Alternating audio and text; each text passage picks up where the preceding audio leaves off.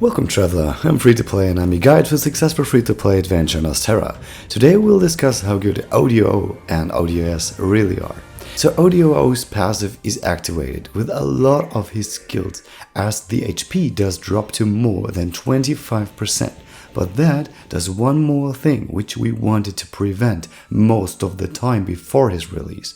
Richard's passive, which is granting 15% physical attack and sword damage up, will also not affect Odio nor anyone striking after Odio before the region heals you again, as Richard needs full HP to grant that. So there are two things we have to talk about. First, we need to have 15% more physical attack up for Odio, which will be granted by Boggle, for example. Check.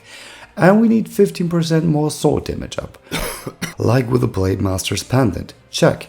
Next thing is that your whole group is in danger when the HP gets reduced that bad and the enemy is still able to attack, and your Richard is weakened, so your other warriors are doing less damage. So when you pull Odio, make sure you do not give him any speed nodes while going through his skill tree, if you can prevent it. That will make sure that all your allies will take the damage, which is not killing them, I promise, just before they get healed up again by the regen. For this to work, you need an ally which is able to heal the full party, like Renew, Ogun or Primex, or you may run into problems with your characters in the back row who are not healed. But if it happens that you don't have those and one of your units dies, Odio's second passive activates, where he gains his ultimate ready to use, full BP, full SP, and is getting the buff from his first passive for 3 turns without any condition. So even if you use his ultimate, which is not reducing his HP, he still caps out with your other characters and equipment and can do a good amount of damage. But the real deal are those 3 skills here. Let's go. The first one is his buff, which does give 20% all damage up and guaranteed crit to the front row, so he does not profit from the crit because he'd get it with his passive, but you can use him in any other comp to raise the damage by a lot. And if you use Nefty, you can cap the damage all, cap the attack with her issue skill, and everyone in the front is able to crit with physical moves and with magic thanks to Nefty's global buff. If we talk about critting with magic, Odio also has a skill hitting 6 times AoE like Deterrainer, but without spamming skills in between, which do not hit the opponent's weak points, which is Sword and Dog, by the way, like his ultimate did before, and which the next skill is also doing. If everyone is alive and he uses can hit up to 9 times, which is 1 time less than Elrica, but with way less preparation. So if you missed out on Elrica, you clearly have a new swordsman for your squad, which can be very deadly, most and foremost for your enemies. ODOS, on the other hand, works very differently.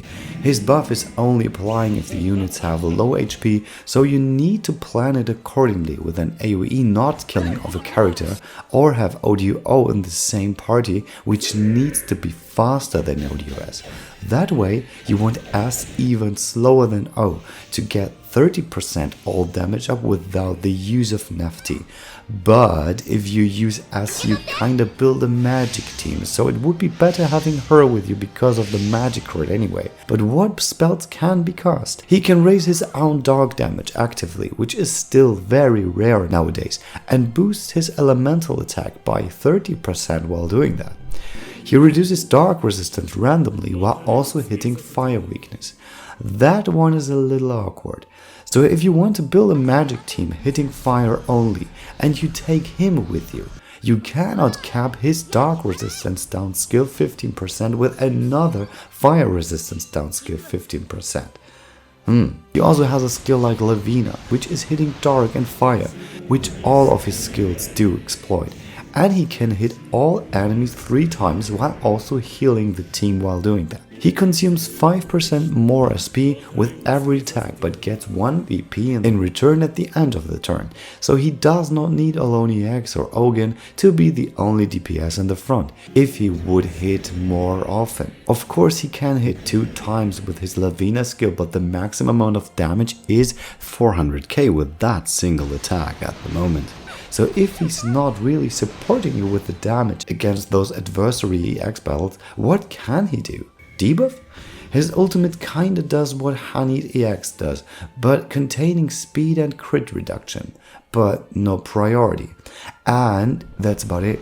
So not good for the DPS department and not that good for the debuffing department. ODO is the clear winner.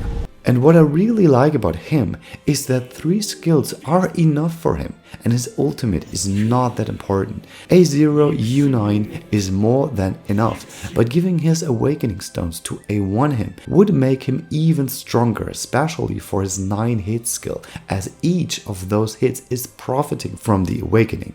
I can't wait to try that one out on all those adversary battles I am missing, which do have exactly those weaknesses he's exploiting. But what do you think of ODO? I'm definitely going to pull one copy this Wednesday. You can join the video for some live streamers luck, hopefully.